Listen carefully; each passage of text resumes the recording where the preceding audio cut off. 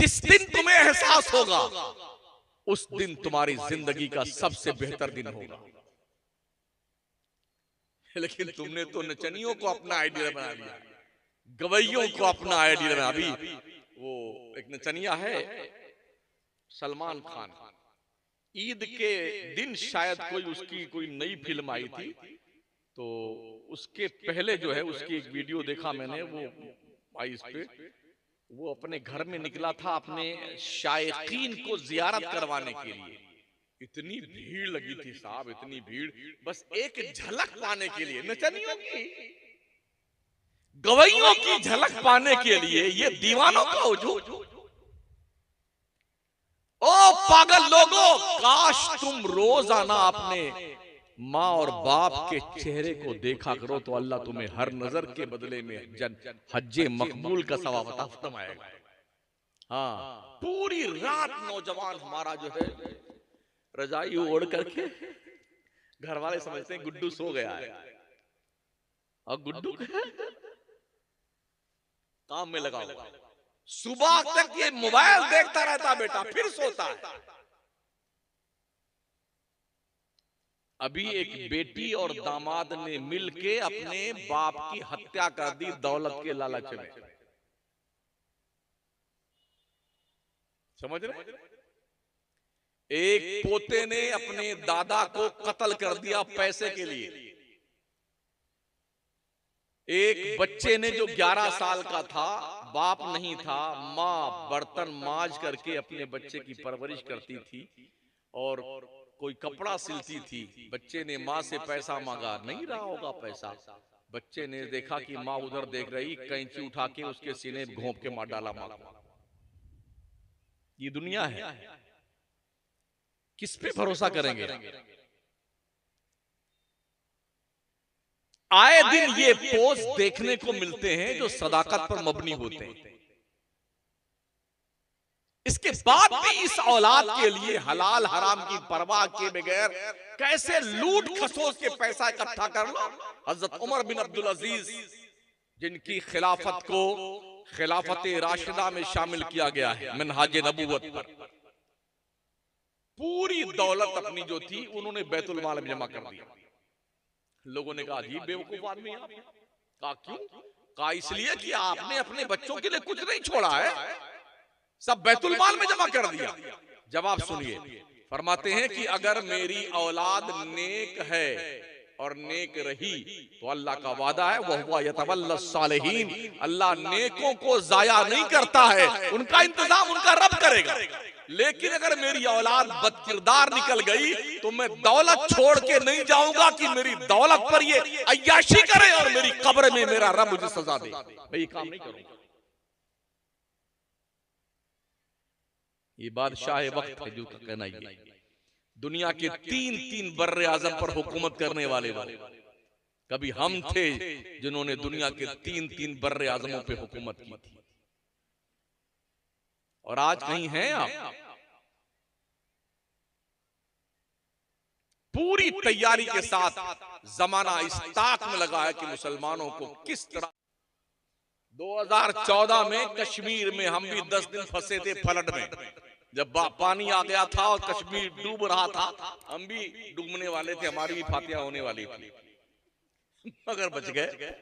हमने देखा एक पल में करोड़ों का बंगला यूं धराशायी हुआ और बह गया पानी के दोष पर, और करोड़पति कटोरा लेके रोड पे बैठा हुआ, 2 वक्त की रोटी मांग रहा। कहां चक्कर में बैठे?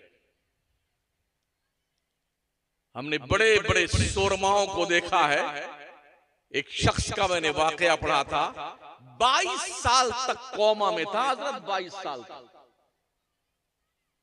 आजकल की औरत होती तो 2 महीने में तलाक देके भाग जाती, मगर उसकी बीवी भी बहुत वफादार थी। 22 साल तक अपने शौहर का कोमा में इंतजार किया, शायद अब आंख खोल दे, और 22 साल के बाद उसकी आंख खुली।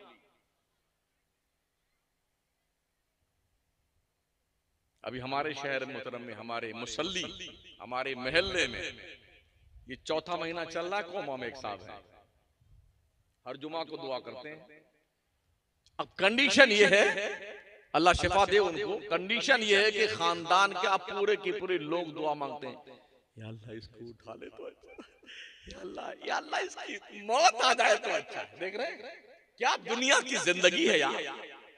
जब तक आदमी होशो हवास में कमा रहा है, रुपए लेके आ रहा है, तब तक चाचा काका मम्मू अब्बू दादा सब जैसे कोमा में गए, पैसे खत्म होने लगे, या अल्लाह जल्दी उठा ले, या अल्लाह जल्दी उठा ले। ये दुनिया है।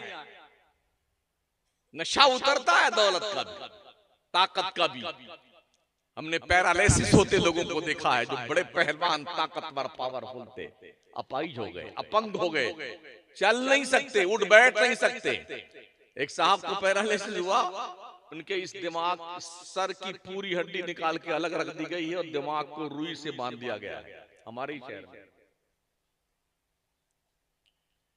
ये सारी चीजें इबरत के लिए, इबरत के लिए। आपने कोई सुरखाब के पर नहीं लगाए कि भाई स्पेशली रुतबा अल्लाह के यहां आपका है। अल्लाह जब आजमाइशें करता है ना, तो अच्छे अच्छों के पसीने छूट जाते हैं। इसलिए अपने रब से खौफ खाया करो, रात की तन्हाइयों में भी, दिन के उजाले में भी, खलवत में भी और जलवत में भी। आंखें बचा करके, लोगों से छुप छुपा करके जरायम का इर्तिकाब करने वालों, ऑनलाइन रिकॉर्डिंग 2 फरिश्ते आपके कंधे पे बैठे कर रहे हैं।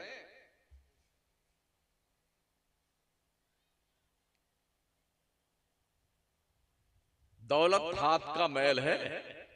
अल्लाह फरमाता है यौमा ला यनफउ मालुन वला बनून इल्ला मन अतल्लाह बिक़ल्बिन सलीम। हश्र के मैदान में ना तुम्हारी औलाद तुम्हें कोई फायदा देगी, ना तुम्हारा माल तुम्हें कोई फायदा देगा। हाँ, अगर तुमने ये दिल सलामती के साथ रब के दरबार में पेश किया है, ये सलामती का दिल तेरे काम आने वाला है। टटोलो अपने दिल को, ये सलामत है कि नहीं। इस दिल को इतना क्लीन कर लो कि इस दिल के आईने में तस्वीरें यार झलकने लग जाए। बकौले शायर दिल के आईने में है तस्वीरें यार, जब जरा गर्दन झुकाई देगी।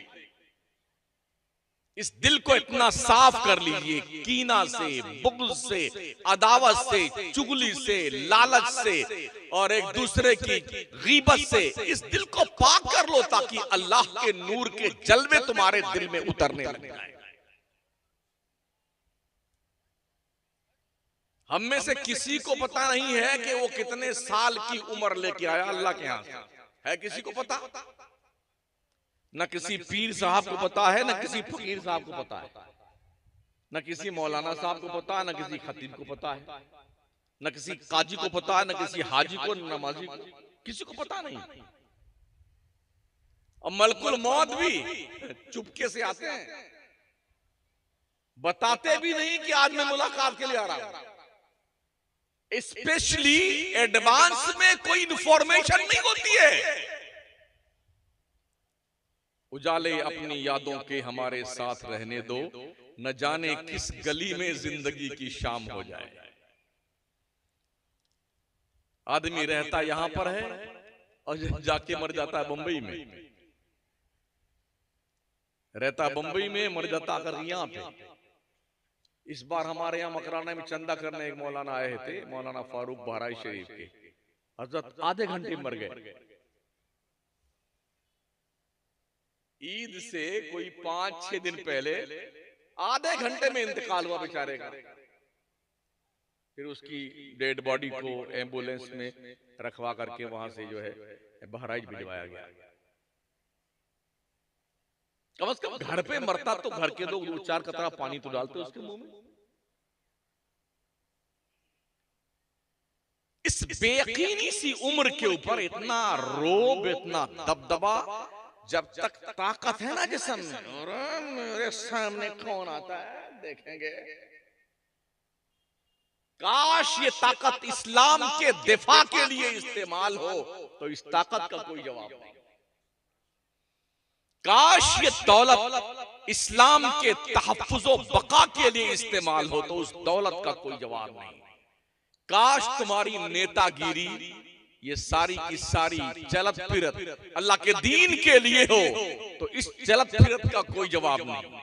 लेकिन अगर तुमने ये सारी एक्टिविटीज अपने मफाद के लिए कर रखी हैं, तो याद रखना हिसाब लेने वाले को हिसाब लेना आता है। और उसने कह दिया है वत्तकू यौमन तुरजऊना फीहि इलल्लाह, बंदे उस दिन से डर जिस दिन तेरी पेशी तेरे अल्लाह के दरबार में होने वाली। डर उस दिन से। अल्लाह से हम नहीं मांगते हैं, जैसे कोई परेशानी आई वो फलाने का मजार वहां है, चलो वहां चलते हैं। हाँ, और सबसे पहले ये अल्लाह की बंदियां पहुंचती हैं। हाँ, इन्हीं को जो है वो जलाल आता है, हाल आता है, जने क्या क्या आता है, बोले वो अब हुआने लगती वहीं पर। ये वो मौकिल आ गया, मौकिल आ गया। इसी काम के लिए मौकिल पैदा हुआ है।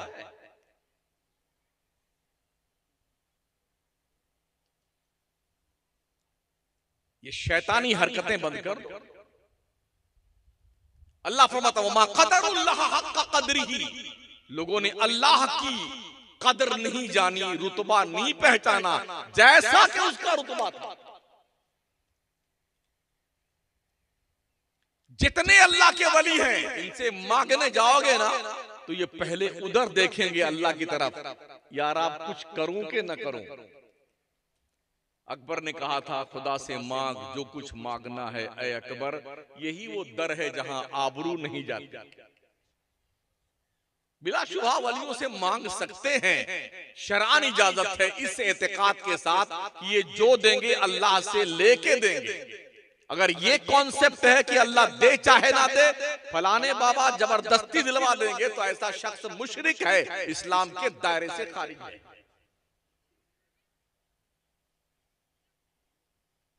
हमने बगदाद का शहर देखा, अल्लाह की इज्जत की कसम, गौस पाक का आस्ताना छोड़ दीजिए, पूरा महल्ला गौसे पाक का इस कदर तबाह हुआ था 1992 से लेकर के लास्ट तक, जब वहां पर जॉर्ज बुश एंड कंपनी ने हमला किया था, तो पूरे बगदाद की ईंट से ईंट बजा दी। जानते हो कैसे कैसे बुजुर्ग हैं? पूरी दुनिया के वलियों का सरदार शेख अब्दुल कादरी जिलानी वहां रहते हैं, उन्होंने कुछ नहीं किया। सिलसिले कादरिया के 5 बुजुर्ग, हजरत मारूफ करखी, हजरत जुनैद बगदादी, हजरत अबू बकर शिबली, हजरत सिर्री सख्ती, हमारे सरकार इमाम आजम अबू हनीफा, इनके अलावा इमाम अहमद गजाली, हजरत बहलोल दाना, जिनने दजला के रेत पे बैठ के घरौंदा की शक्ल में जन्नत कह करके जुबैदा के हाथ जन्नत बना के बेच दिया था। सब वही है, किसी को जलाल नहीं आया। अल्लाह का हुक्म था चुपचाप सो आराम से। जब कौमें बर्बादी और गुनाहों के दलदल में डूब जाती हैं, तो अल्लाह के नेक बंदे भी आंखें मूंद करके अल्लाह की रहमत के मुंतज़िर होते हैं। दरियाए दजला के किनारे हर एक मकान के बाद एक आर्केस्ट्रा, नाचने गाने, औरतों के रक्स करने का, मुजरा करने का बढ़िया होटल, उसके बाद 2 दुकान शराब की, फिर एक मकान छोड़िए फिर शराब। ये पूरा दजला के किनारे बगदाद के अंदर मैंने देखा। दजला के रेत पर जहां इमाम बुखारी पढ़ते थे, इमाम मुस्लिम और दीगर मुहद्दिसीन, इमाम अहमद बिन हंबल, दीगर औलियाए कामिलीन जहां पर जाके चिल्ला करते थे, उस रेत के ऊपर कई ट्रक आप शराब की बोतलों से भर सकते हैं। तो जब कौमों के अंदर इस तरह से शराबो शबाबो कबाब, अय्याशी, बेहयाई, बेशर्मी और बेगैरती की लत लग जाती है, तो अल्लाह की गैरत को जलाल आता है। उसे क्या करना? इन्नमा अमरुहु इज़ा अरादा शैअन अन यक़ूल लहु कुन फयकून। अल्लाह जब कुछ करने का इरादा करता है तो कुछ इंतजाम नहीं करना होता उसको, वो कहता हो जा, बस वो काम हो जाता है। प्यारे आका सल्लल्लाहु ताला अलैहि वसल्लम के प्यारे दीवाने, हमने ये भी देखा है कि मुल्क के दूसरे कौमों के लोग जो फौज में होते हैं, जब रिटायर होते हैं तो अपने कौम के बच्चों को वो ट्रेनिंग देते हैं। हमारे यहाँ जब फौजी को रिटायर होता है ना, तो रिटायर अब चलो अब मौज करेंगे, इतने दिन तो हमने काम किया, अब कुछ नहीं करेंगे, हम कौम जाए चूल्हे भाड़ में, हम तो मौज करेंगे, ऐश करेंगे, बंगला बना लिया, बस गाड़ी ले आए, खा रहे हैं, सो रहे हैं। जैसे कुर्बानी का बकरा नहीं पलता है, ऐसे ये पलते हैं बेटे।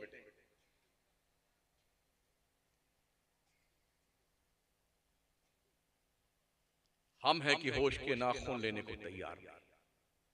फर्ज कीजिए आपके पास एक ऐसा बंगला हो जिसमें 100 कमरे सुसज्जित हों, हर कमरे में बेहतरीन किस्म का सोफा, बेड और झूमर लगा हुआ हो, तो क्या ऐसा मुमकिन है कि आप हर आधे घंटे पे कमरा बदल के सोएंगे?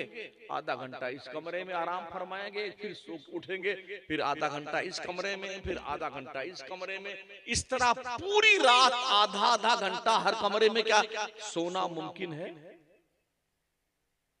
नहीं ना। आपके पास दसियों गाड़ियां हैं, फॉर्च्यूनर है, BMW है, सफारी है, वगैरह जो भी है, तो क्या ऐसा मुमकिन है कि यहां से जहां से हम अभी आए हैं, दुर्गापुर जाना है आपको, तो 10 गाड़ियों की लाइन लगा दीजिए, 15 किलोमीटर एक गाड़ी में बैठ के जाइए, फिर उतरिए दूसरी गाड़ी में, 15 किलोमीटर दूसरी गाड़ी में जाइए, फिर उतरिए, फिर तीसरी गाड़ी, अब तीसरी में 15 किलोमीटर। क्या ऐसा होता है? जाना एक ही सवारी पे है, रहना एक ही कमरे में है, एक ही बेड पे सोना है, तो ये हाय लफ्सी किस काम के लिए? को बहुत अच्छे अच्छे खाने पकवान बना के रखे हुए हैं, एक लिमिट से ज्यादा आप खा नहीं सकते हैं, इसलिए कि इस टंकी की भी एक लिमिट है। ज्यादा खाएंगे ना तो यूं डकारें ले लेके तोंद पे हाथ फेरते रहेंगे, फिर हाजमुला खाएंगे, यार हजम नहीं हो रहा है। एक लिमिट के हिसाब से खाना खाना है आपको, पूरी देग का खिचड़ा आप नहीं खा सकते, टंकी फट जाएगी आपकी। रब का सिस्टमैटिक निजाम, जिसको डाइजेस्टिव सिस्टम कहते हैं, वो एक लिमिट है, महदूद, उतनी हजम करता है, इससे ज्यादा आप खा नहीं सकते। ऐसा भी नहीं है कि आपके घर में 200 जोड़ा आपने बना कर रखा है, कपड़ा शानदार शानदार, हर आधे घंटे पे आप अपना ड्रेस बदलें। दुनिया के नक्शे पे एक ही बंदा दिखाई पड़ा है हमारे नजर में, मालूमात में, जो हर आधे घंटे पे जुब्बा कुब्बा बदलता है, हर आधे घंटे पे ड्रेस बदलता है। लेकिन हर आदमी से ये मुमकिन नहीं है कि हर आधे घंटे पे कपड़ा बदले।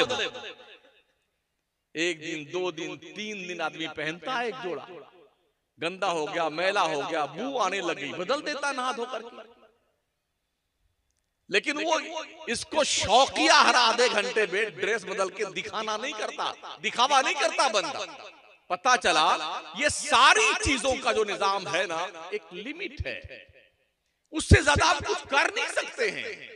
लेकिन हाल ये है कि दिन भर तो हाय लफ्सी होती है, और रात में अरे कल क्या खाएंगे, कल कहां से कमाएंगे, कैसे लेके आएंगे, अरे वहां जाना है, वहां जाना है।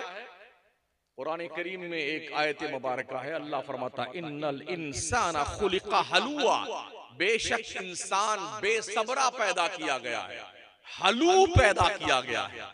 हलू एक जानवर है जो कोहे काफ में रहता है। मैंने इसकी तशरीह देखी तो मुझे पढ़ने में आया, ये जो हलू जानवर है कोहे काफ में रहने वाला, रोजाना 7 जंगल की घास खा जाता है, 7 समंदर का पानी पी जाता है, और जब रात में लेटता है तो इस चक्कर में था कल कहां से खाएंगे। उसे ये पता नहीं है जिसने आज 7 जंगल की घास के खाने का इंतजाम रब ने किया है, और 7 समंदर के पानी के जरिए से हमारी सैराबी की है, वो अल्लाह कल फिर इंतजाम करेगा। वही हाल इंसान का है, खा पी के सोता है मगर नींद जल्दी नहीं आती है।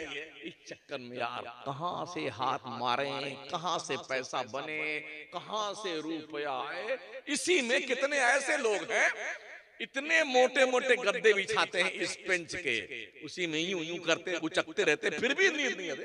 फिर नींद की गोली खाते हैं बेटे, तब नींद आती है। हमने देखा है मांगने वालों को, भिखारियों को, यूं फुटपाथ पे पड़े लेटे, ये नींद आ गई, ये लेटे और नींद आई। और बंगले में रहने वाले बेटे गोलियां खाते फिर भी नींद नहीं आती। तो असली चैन तो दिल का चैन है, दिल का चैन। दिल मुतमईन है तो पूरी बॉडी मुतमईन है। अला बिज़िक्रिल्लाह तत्मईनुल कुलूब, ओ बंदे आगाह हो जा, दिल का इत्मीनान तो अल्लाह की याद में ही मिलता है। इसका तजर्बा यूं भी कर सकते हैं, अगर आपको नींद नहीं आती है ना तो आप तस्बीह लेकर के अल्लाह अल्लाह करना शुरू कीजिए, शैतान आपको पूरी नहीं पड़ने देगा। बेटे जल्दी सो जा, सो जा बेटा, सो जा, लोरिया देने आए, सो जा जल्दी। जिक्र इलाही से दिल मुतमईन होता है, मगर अफसोस ये है अब तो कौन जिक्र इलाही करता है। जितनी नौजवान नस्ल, मर्द औरत बच्चे बूढ़ों की है, कोई खेत में बैठे हैं 4-5, कोई जंगल किनारे बैठे हैं, कोई मुतरी के पास बैठे हैं, कोई संडास के पास बैठे हैं, कुछ मतलब नहीं है, अकेले पूरी पूरी रात बेगैरती और बेहयाई का तमाशा। अकेला है, अगर कोई देख ले समझ जाए सोचा पगला गया, अकेले हंसता रहता है। देखा आपने, नहीं देखा है? हम ये सब देखते रहते हैं क्योंकि मुझे तकरीर करनी होती है ना जी। अब तो हालत ये है जब बच्चे खाना नहीं खाते तो अम्मी जान झट से कार्टून निकाल के देगी, अब वो यूं लिया तो उसी में मस्त है। अब माँ 3-3 रोटी खिला जाते, वो खा जाता बच्चा, वो रोटी को देखता ही नहीं, वो इसी को देखता, मुंह डालती जाती है माँ, रोटी तोड़ तो 2-2, 3-3 रोटी टिका गया बच्चा। ये जहन्नम का जो पुलिंदा है ना, जिसको मोबाइल की दादी अम्मा कहते हैं, इसने वो बुरे हालात किए हैं। आज राजस्थान की एक न्यूज मेरे इस पे आई है, एक माँ अपने बेटी की शादी करने के लिए तैयार थी, 9 दिन बाकी थे, आज से 9 दिन। दामाद का सिलेक्शन हो गया कि अपनी लड़की का रिश्ता इस दामाद से कर दिया है, 9 दिन शादी को बाकी हैं। आज वो माँ उस अपने दामाद के साथ रह गई। ये मोबाइल की देन, आज की न्यूज है ये। इसलिए अपनी बच्चियों पे नजर रखिए, नजर देखिए कहां से चैटिंग कर रही है, वो क्या कर रहे हैं आपके बच्चे, आपकी बच्चियां क्या, वरना ये पूरी नाक यहीं से कटवा कर दम लेंगे। अपने बच्चों और बच्चियों को दीनदार बनाइए, इन्हें मुस्तफा की तालीम से आरास्ता कीजिए। एक बाप की जिम्मेदारी यह है कि अपने बेटों से क्लोज होकर के उसके दिल पर अल्लाह के रसूल और अल्लाह के प्यार और मोहब्बत की तहरीर लिखो।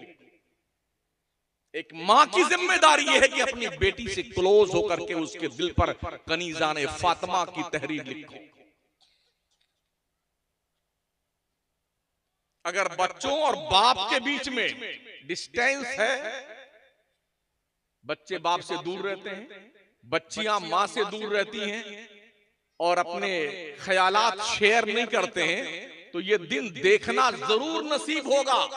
इससे पहले कि कोई बुरा दोस्त आपके बेटे को दोस्त बनाकर शराबी, जुआरी, अय्याश, बदमाश बनाए, तुम उससे क्लोज होकर के उसे परहेजगार, दीनदार, मुस्तफा का वफादार बना। इसके लिए मेहनत करनी होगी। अलमाल वल बनून जीनतुल हयात दुनिया, माल और औलाद दुनिया की जिंदगी की जीनत। आपने माल बहुत कमा लिया, औलाद की तरबियत नहीं करी ना, तो ऐसा लुटाएगा आपकी दौलत को कि आपको होश नहीं आएगा कहां लुट गई आपकी प्रॉपर्टी। माल कमाना तो बहुत आसान है, बचाना बहुत मुश्किल है। औलादें अगर नाकारा ना हुई तो दौलत की हिफाजत मुमकिन है, और औलाद आवारा हो गई तो अकबर की हुकूमत का खजाना भी खाली होने में देर नहीं लगती है।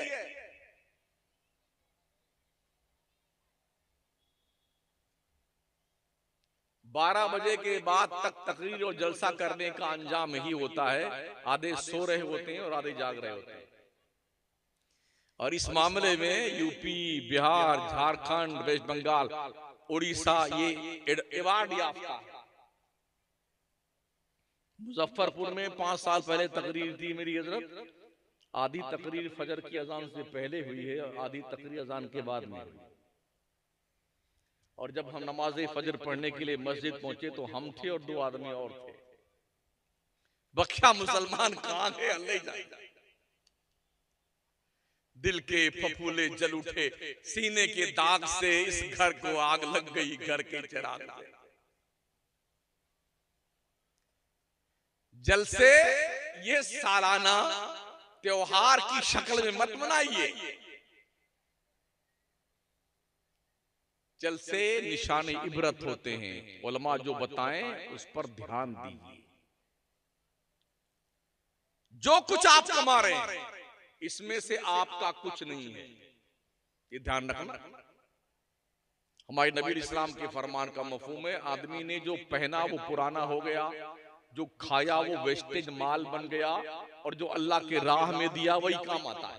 तो इसलिए रब फरमाता फमन शाअ तखज़ा इला रब्बिही मआबा, ओ बंदे मरने से पहले जो कुछ अल्लाह के दरबार में पार्सल भेजना भेज दे, तेरे मरने के बाद ये तेरे काम आएगा। अब तो हालत ये है कि अब्बा मर जाए ना तो मरने के बाद अंगूठा लगवाया जाता है। एक वीडियो मेरे पास आई, बड़का लड़का जो था वो बेईमानी का चक्कर में था, वकील से पूरा कागज बनवा लिया कि भाइयों को हक न दे बाप की प्रॉपर्टी में। तो जब अब्बा हुजूर को कब्र शरीफ में उतार दिया गया तो सबसे आखिर में बड़ा बेटा जो है कब्र में उतरा, और इधर से वो सारे कागज निकाला, चुपके ऐसे झुका हुआ है, चुपके से निकाल करके जैसे बाप के हाथ को पकड़ के अंगूठा लगाना चाहता था, हजरत मलकुल मौत वहीं तशरीफ रखते थे। उसका भी वक्त पूरा दबोचा उसको, वो पर्चा भी वहीं पड़ा रह गया, और जनाब वो भी धराशायी, एक डेड बॉडी के ऊपर दूसरी डेड बॉडी आ गई।